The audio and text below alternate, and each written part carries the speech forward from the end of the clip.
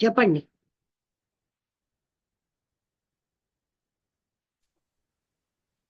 అమ్మా ఇప్పుడు భగవద్భక్తి అయినా లేదంటే ఏదైనా గ్రంథాలు ఇలాంటివన్నీ చదివి అందులో ఒక అంటే గ్రూప్ లా గ్యాదర్ అయ్యి అవగాహన పరుచుకొని ఆ నాలెడ్జ్ ని తెలుసుకోవడమే కదమ్మా. గ్రంథాల ద్వారాగా కానీ పుస్తకాలు వీటి ద్వారాగే కదా నాలెడ్జ్ అంతా తెలుస్తుంది.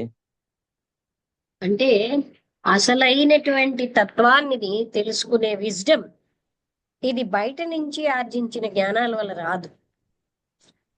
ఉమ్. ఎంత మనస్సు ఇన్నోసెంట్ అయిపోతూ ఉంటే అప్పుడు మనం ఎన్నో నేర్చుకోగలం. అవును. మనస్సులో నాకు తెలుసు అనే భావంతో విన్నప్పుడు అక్కడ డిస్కవరీ కొత్తగా తెలుసుకోవడం ఏం లేదు కదా. ముందు నాకు తెలుసన్న అవును. భావంతో నిండిపోయాం కదా. అవునమ్మా. అందుకే నాకేమీ తెలియదు అని అనడం కాదు, అని ఫీల్ అయినప్పుడు ఏదైనా తెలుసుకోగలం, మనలో ట్రాన్స్ఫర్మేషన్ వస్తుంది.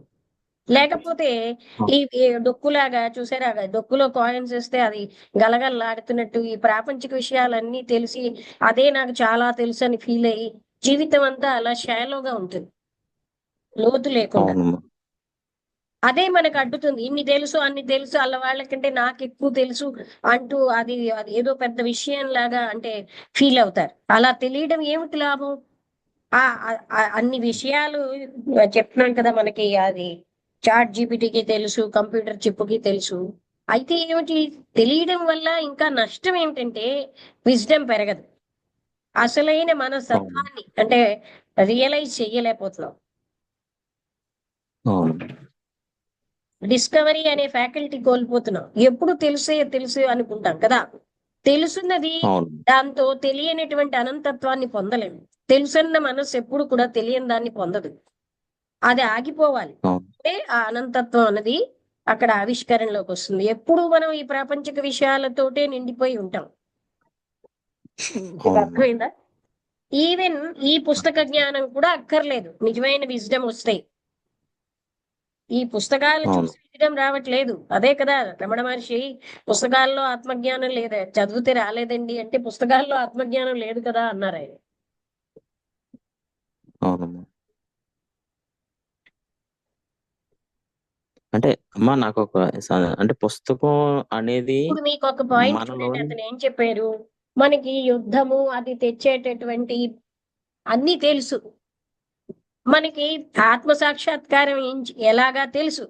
తెలిసినంత మాత్రంలో మనం ఏమీ చేయలేకపోతున్నాంగా. మనలో ఉన్నటువంటి హింసాత్మక ప్రవృత్తిని గాని, కోపాన్ని గాని, ద్వేషాన్ని గాని, ఆ ద్వేషం తెచ్చే అవన్నీ ఫలితాలన్నీ మనకి తెలుసు. క్రోధం వల్ల వచ్చిన ఫలితాలు తెలుసు. తెలిస్తే లాభం ఏమిటి? క్రోధాన్ని పోగొట్టుకోగలిగేమా? అవును. ఆ పాయింట్ మనం గ్రహించాలి. ఇవన్నీ మనకు తెలుస్తున్నాయి. తెలిసిన నేను శరీరం కాను అనే భావననే మనం వదలట్లేదు. అవును. అవునా? తెలియడం వేరు, ఉమ్. ఆ విజ్డమ్ వేరు. ఈ తెలుసున్న జ్ఞానం ఎక్కడి వరకు సహాయం చేస్తుందని అడుగుతున్నారు ఆయన కదా. అవును. అంటే మనం లోతుగా ప్రశ్నించుకుంటే మనకు అర్థం అవుతుంది. అలా అలా లోతుగా మనని మనం చూసుకుంటే ఈ తెలుసున్నదంతా గలగలలాడడానికి తప్ప దేనికి పనికిరాదు. ఖాళీగా ఉంటే చాలు. ఎవరైనా ఉన్నంత మంది స్థితిలో ఉన్న వాళ్ళ దగ్గరికి వెళ్ళి ఈ ఖాళీగా ఉన్నవాళ్ళు ఒక డబ్బాలో కాయిన్స్ లాగా మాట్లాడుతూనే ఉంటారు. ఎందుకంటే అసలు తెలుసున్న వాళ్ళు ఏది మాట్లాడరు. అవును. ఈ వీళ్ళకి సెల్ఫ్ అగ్రెండైజ్మెంట్ కి పనికొస్తుంది అన్నారు. అంటే తాను గొప్ప అని చెప్పుకోవడానికి జ్ఞానం. కానీ అలా ఉన్న ఆ నోన్ ఫీల్డ్ కి అనంతమైనటువంటి ఆ అన్నోన్ ఎప్పటికీ తెలియదు. వాళ్ళు దానిలోని కాన్ఫ్లిక్ట్, సారో, బాధలు అనుభవిస్తూనే ఉంటారు. అర్థమైందా? అర్థమైందమ్మా. అంటే ఇప్పుడు ఈ ఇన్ఫర్మేషన్ అంతా వదిలిపెట్టేసి ఆ స్టేట్ లో అంటే బీయింగ్ స్టేట్ లో ఉండడమే, అంటే అది తెలుస్తూ అంటే ఉంటుంది ఒక్క లోపల ఈ నుంచి అవగాహన. ఇన్ఫర్మేషన్ వదిలిపెట్టి ప్రాపంచిక ఇన్ఫర్మేషన్ అంతా ఉంచుకుంటే కాదు కదా. అవునమ్మా. అది నిరంతరము అది స్ఫురణకు వస్తూనే ఉంటది కదమ్మా. ఏంటండి? అది నిరంతరము స్మరణకు వస్తూనే ఉంటది. ఇప్పుడు ఎందుకు ఇప్పుడు వస్తుంది? వరకు అది సేకరించిన మనం అది కాదు, అది నిరర్ధకతమైనది. దానివల్ల మనకి సంఘర్షణ బాధలు పెరుగుతున్నాయని తెలిసినప్పుడు దాన్ని ఎందుకు పట్టుకుంటామండి? అవే ముఖ్యమని పట్టుకుంటున్నాం అంటే మనకి షాలో మైండ్ ఉందన్నమాట కదా. మన మనసు వాటికి అకష్టం అయిపోయింది, ఆ లోతులేనితనానికి. మనం లోతుగా వెళ్ళటం లేదు కదా. అవునమ్మా.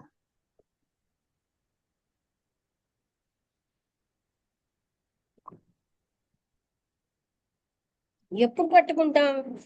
వాళ్ళకంటే నాకు ఎక్కువ తెలుసని అలా విర్రవేయడానికి పట్టుకోవాలి. లేకపోతే ఆ ఇన్ఫర్మేషన్ అంతా ఎందుకండి మనకి ఏమంటారు? అవునమ్మా. భూకంపం కోసం అన్నీ తెలిసాయి, ఆపగలమా? అవునమ్మా. భూకంపం వదిలేయండి, కోపమే. కోపం ఎన్ని చికాకులు తెచ్చిపెడుతుందో తెలుసు. అవునమ్మా. ఏ అలాగే హింసాత్మక ప్రవృత్తి ఆ కోపంలో ఉన్నది. అయినా మనం అన్ని తెలుసుకున్న ఆ టైం కోపం మాత్రం, ఈ ఇన్ఫర్మేషన్ అంటే అతను ఎందుకు అది చూపెట్టారంటే మనం తెలుసున్నంత మాత్రంలో ఏమి చేయలేకపోతున్నాం కదా. అది ఇన్ఫర్మేషన్ తెలిసినా మాత్రం కోపాన్ని ఆపగలిగామా? ద్వేషాన్ని లేదు. ఆపగలుగుతున్నారా? పరభావాన్ని వదిలేరా? ఏమీ లేదు.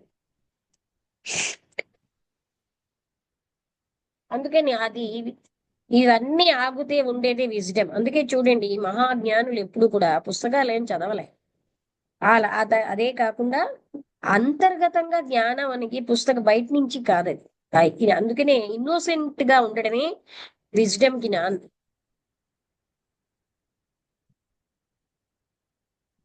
ఎప్పటికప్పుడు నమ్రతాపూర్వకంగా నాకేమీ తెలియదు అన్న ఫీలింగ్ ఉన్నప్పుడే అది అప్పుడు వాళ్ళే తెలుసుకోగలరు. అర్థమైందా? నాకు అన్నీ అర్థమవుతుంది. తెలుసని ఉన్నప్పుడు ఏది మనం ఇన్ఫర్మేషన్ గానే తెలుసుకుంటాం, ట్రాన్స్ఫర్మేషన్ రాదు. అందుకే శివసూత్రాల్లో కూడా జ్ఞానం మందహ అన్నారు. జ్ఞానం మనని బంధించేస్తుంది అంటే మనం ఏమీ తెలుసుకోకుండా చేస్తుంది.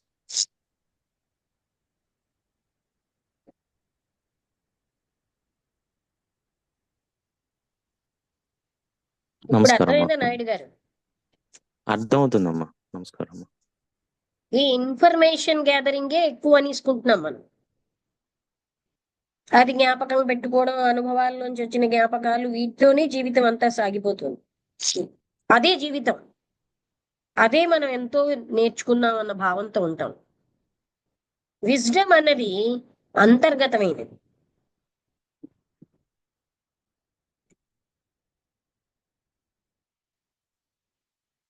ఆ అంతర్గత జ్ఞానం అంటే ఉన్నదాన్ని పైకి తీసుకురావడానికి ఇది అడ్డుతుంది. నాకేమీ తెలియదన్న భావంతో మీరు ఉన్నప్పుడే ఏదైనా తెలుసుకోగలం. నాకన్నీ తెలుసు అని ఇన్ఫర్మేషనే మెయిన్ అనుకుంటే ఆ మనస్సు ఏది నేర్చుకోదు, ఏది డిస్కవరీ చేయదు.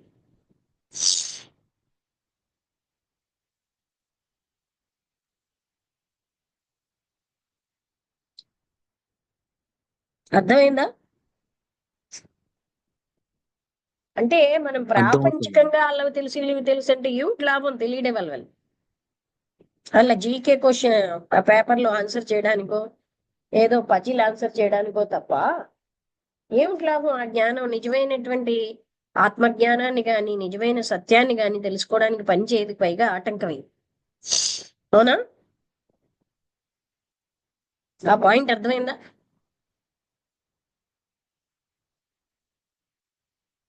నాయుడు గారు? అమ్మా అర్థమవుతుందమ్మా. అర్థమవుతుందమ్మా. భాగ్యం గారు ఇవాళ మీరు సెకండ్ జూమ్కి వచ్చారా? ఏమైనా మాట్లాడడానికి అర్థమైందా? స్రవంతి గారు అమ్మ నమస్తే అమ్మ. ఇక్కడ పవర్ లేదు, నేను ఇందాకే జాయిన్ అయ్యాను. ఏంటండి? ఇక్కడ పవర్ లేదమ్మా, నేను ఇంతకు ముందే జాయిన్ అయ్యాను. ఓకే, అందుకే లేట్గా వచ్చారు. అవునమ్మా. అంటే ఇప్పుడు ఇవాళ టాపిక్ అర్థమైందా? ఈ మనం ఎన్నో తెలుసు తెలుసు తెలుసు అన్నదా అదే మనకి అడ్డు. వాటితో లేదమ్మా, ఉంటాం. అర్థం కాదు ఆ? నాకు. నేను వినలేదమ్మా నేను. అదే ఇప్పుడు ఈ వాక్యం విన్నారు కదా, ఇవి చదువుతాం అవి చదువుతాం ఇవి తెలుసుకుంటాం అవి తెలుసుకుంటాం, అవన్నీ మనకి అసలైనటువంటి ఆత్మస్థితిని, అసలైన విషయాలు తెలుసుకోవడానికి ఎప్పుడు తెలుసున్నవన్నీ అడ్డుతూ ఉంటాయి. ఉమ్, డిస్కవరీ ఉండదు ఆ మనసుకి. అంటే తెలుసున్నది అంతా పోయినప్పుడే కొత్తది అక్కడ వస్తుంది. తెలుసున్నది కొనసాగుతున్నంతసేపు కొత్తది ఉండదు. ఉమ్.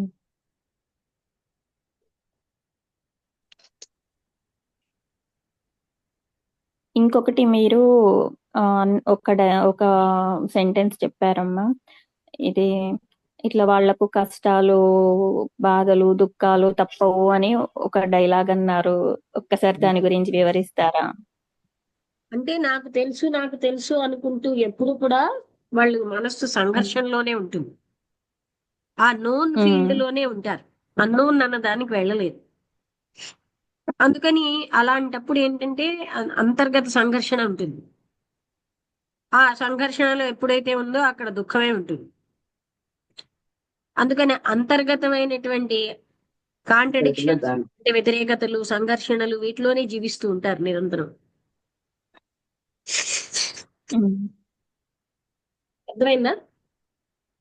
అర్థమైందమ్మా. అవుట్ సైడ్ జ్ఞానం అనేది అంటే ఇవి అవి అవి అవి అన్నిటిని పోగు చేసుకుని గత అనుభవాల జ్ఞానం, గతం, వీటన్నిటితోటి మనం కొత్తదాన్ని కూడా గతంలోకి మార్చేస్తాం. అసలు వాళ్ళు అలాంటి మనసు ఎప్పుడు నాకేమీ తెలియదు, అయితే నాకు కొత్త విషయం అని ఫీల్ అవ్వదు అని నాకు తెలుసను. అక్కడ డిస్కవరీ లేదు అక్కడ. అంటే కొత్తదాన్ని కూడా పాత జ్ఞానంతో ఆ, అంటున్నారా? అంతే. గతంలో గత జ్ఞానంతో కల్పిస్తాం. అంటే ఇక్కడ ఇంకోటి చూడండి, ఒక మంచి పువ్వుని చూసాం, పేరు పెట్టకుండా ఆ పువ్వుని ఆస్వాదించగలం. పేరు పెట్టేసరికల్లా ఏంటవుతుందంటే ఆ అది వెంటనే గత జ్ఞాపకాల్లోకి వెళ్ళిపోతున్నాం. ఆస్వాదించిన ఆపేసి గతంలోకి వెళ్ళిపోతాం. అర్థమైందా? ఉమ్, ఉమ్, అదే మనం మొట్టమొదటి చూసినప్పుడు గతం లేకుండా ఆస్వాదిస్తాం. ఈ నేమింగ్ అనే దాని వల్లే గత జ్ఞానం తెస్తాం. ఒక అందమైన సీనరీ బాగుంది అన్నప్పుడు మొదటిసారి చూసినప్పుడు చాలా బాగుంది. రెండోసారి బాగుందన్న కాన్సెప్ట్ మనసులో గత గత జ్ఞానంతో చూస్తాం. అర్థమైందా? అప్పుడు అది బాగుండదు. ఉమ్. మొదటిసారి తెచ్చినటువంటి ఆ అనుభూతి గత జ్ఞానంతో చూసినప్పుడు రాదు.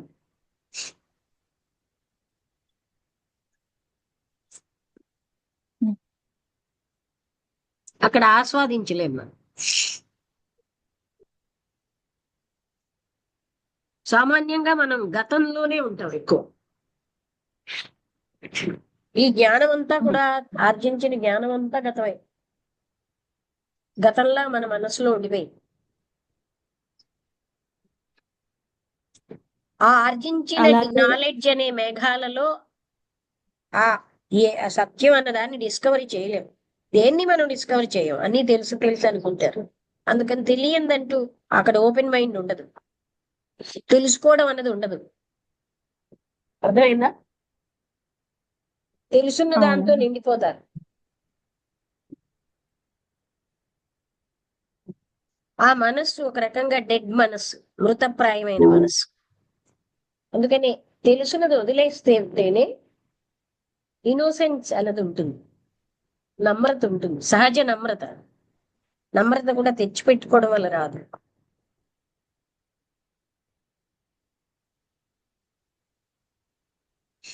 ఇప్పుడు గత జ్ఞానం లేకుండా ఒక వ్యక్తిని గాని, ఒక సంఘటనని గాని మనం చూసినప్పుడు, అంటే గత జ్ఞానంతో చూసినప్పుడు, గత జ్ఞానం లేకుండా చూసినప్పుడు ఆ డిఫరెన్స్ కొంచెం వివరిస్తారా ఎలా ఉంటుంది? ఇప్పుడు మీరున్నారండి, మీకోసం నాకు గత జ్ఞానం లేకుండా మీరు చెప్పేది నేను వింటే టోటల్ గా వింటాను, దానికి నేను రెస్పాన్స్ ఇవ్వగలను. మీకోసం నాకేవో ఉమ్, ప్రిజుడిస్లు ఐడియాలు ఉన్నాయనుకోండి, మీరు చెప్పేదాన్ని ఉమ్, నేను ఆ ప్రిజుడిస్ తోటే వింటాను. అవునా? ఉమ్. అవును అవునమ్మా. అవి లేకుండా ఉన్నప్పుడు ఉమ్, మీ దాన్ని నేను మీ లోపల లోపల మీరు మాటల వెనకాల ఉన్నది కూడా తెలుసుకుని నేను ఆన్సర్ ఇవ్వగలను. నా మనసులో ఉమ్, ఆల్రెడీ గత జ్ఞానంతో శ్రవంతి గారు దేశ్ అనేవో పెట్టుకున్నాను అనుకోండి, నేను వాటితోటి ఉమ్. వింటాను. అవునా? ఆ అభిప్రాయంతో వింటారు. ఉమ్. దాని అంటే ఆ ఉమ్, గత జ్ఞానం గత అనుభవాల్లోంచి వచ్చిన దాంతో వింటూ ఉంటే న్యూనెస్ లేదు. ఉమ్, ఉమ్. ఏమంటారు? అవును అవునమ్మా. ఇప్పుడు మీరేంటి వేరే విషయం చెప్తున్నారు, లేదా అవి ప్రత్యేకంగా ఇంకేదో మాట్లాడు, అయినా నేను ఆ గత జ్ఞానంతోనే వింటాను. అప్పుడు ఏంటవుతుంది, అక్కడ డిస్కవరీ అంటే ఆ సత్యాన్ని నేను చూడలేదు మీరు చెప్పే దాంట్లో. ఉహు, ఉమ్.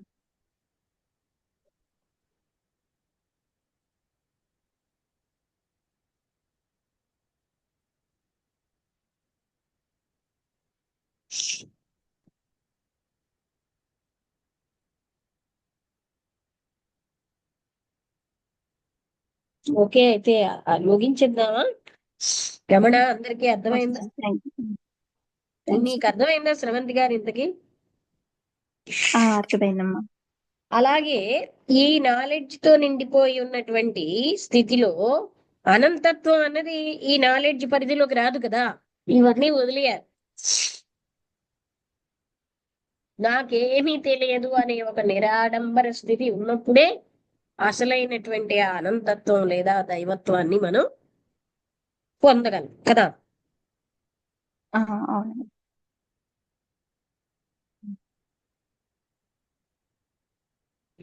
ఇప్పుడు చూడండి, ఈవెన్ మనతో కూడా మనం ఆక్యువే, మనకి మన లోపల నేను చాలా ఇంపార్టెంట్, నా టైం చాలా ఇంపార్టెంట్, నా పని ముఖ్యం, నేనే ముఖ్యం, ఇలాగ ఫీల్ అయినప్పుడు మనం ఆటోమేటిక్ గా ఏంటంటే వ్యవహారంలో ఇతరులకు తక్కువ ప్రాముఖ్యత ఇస్తాం.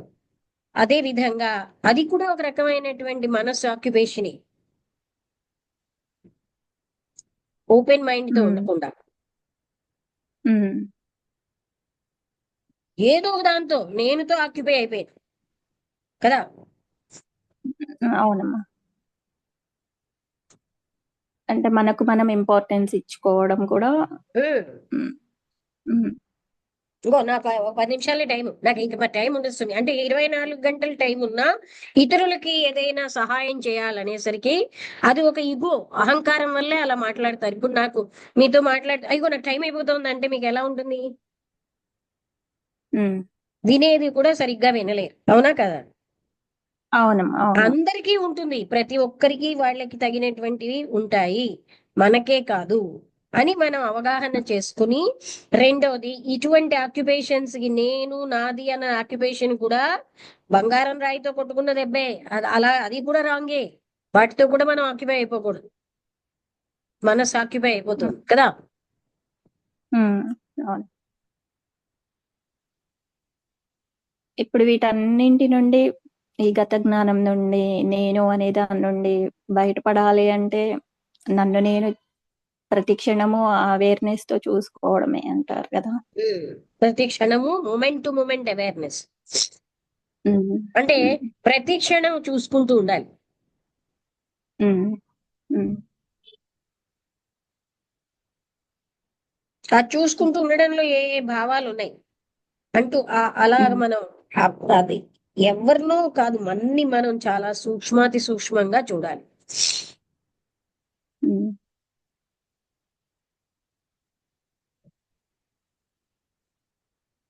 దేనికి మనం ఎలా రెస్పాండ్ అవుతున్నాం, ఉమ్. ఇవన్నీ.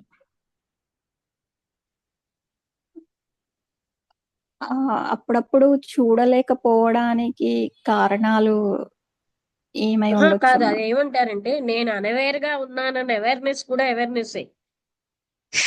ఉమ్, నేను ఇప్పుడు అవేర్నెస్ తో లేనన్న అవేర్నెస్ వచ్చిందే, అది కూడా అవేర్నెస్. ఉమ్. అవును అంతే కదమ్మా. అర్థమైందా?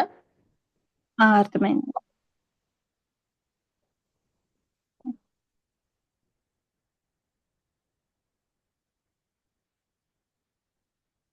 ఇంకేమైనా డౌట్స్ ఉన్నాయా? థ్యాంక్స్ అమ్మా. క్లియర్డ్ అమ్మా. ఏంటండి? అంత క్లియర్డ్ అమ్మా. ఓకే. థ్యాంక్స్ అమ్మా. ఓ ఆర్టికల్ వచ్చింది ఒకసారి, అన్లర్న్ ద ఉమ్, నాలెడ్జ్. తెలుసున్నదంతా అన్లర్న్ అంటే వదిలేయి, నేర్చుకున్నదంతా. అందుకే ఈ టాపిక్ పేరేంటి? The learned and the wise. అంటే బోల్డ్ విషయ జ్ఞానం తెలుసుకున్నవాడు నిజమైనటువంటి అంతర్గతమైన జ్ఞాని. రెండింటికి ఉన్న తేడా చూపెట్టాడు. ఉమ్, విజడం ఎప్పుడు మొదలవుతుంది? ఇన్నోసెన్స్ అన్నది వచ్చాకే, ఇవన్నిటినీ ఆగిపోయాకే విజడం మొదలవుతుంది. ఉమ్.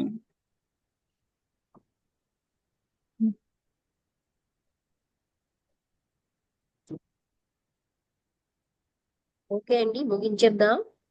అందరికీ ఓకే. అర్థమైందా? నమస్తే అమ్మా. నమస్తే. నమస్తే.